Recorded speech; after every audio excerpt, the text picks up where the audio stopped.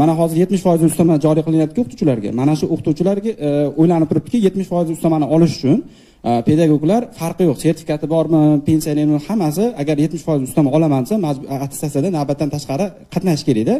Lekin hozir o'qituvchilar o'ylanib turibdi, pul to'laylikmi, to'lamaylikmi? Mana bahorgi attestatsiyadan har xil javob olinyapti. Men ham to'g'ri vazirlikdan, mas'ullardan javob oldim.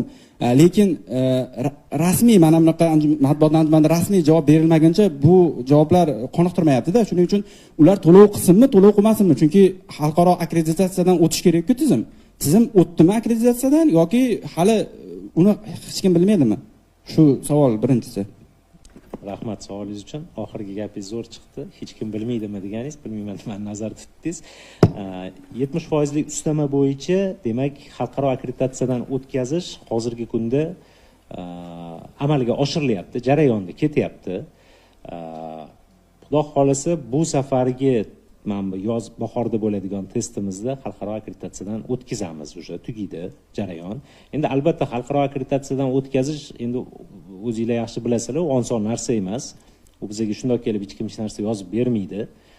Ko'rib, uni ko'rish, tahlil qilish, uni natijalarini olish, undan tashqari bizni test savollarini tuzadiganlar bilan ular alohida gaplashyapti, hozir mutaxassislari uni kelib olib yo'da tahlil qilib qatiga nima qilish kerakligi bo'yicha tavsiyalar va hokazo o'ta juda katta ish ketyapti hozir xalqaro akkreditatsiyadan o'tkazish bo'yicha va o'ylaymanki, xudo xolasa bahordagi attestatsiyamizni tizimini xalqaro akkreditatsiyadan o'tkazishga ulguramiz.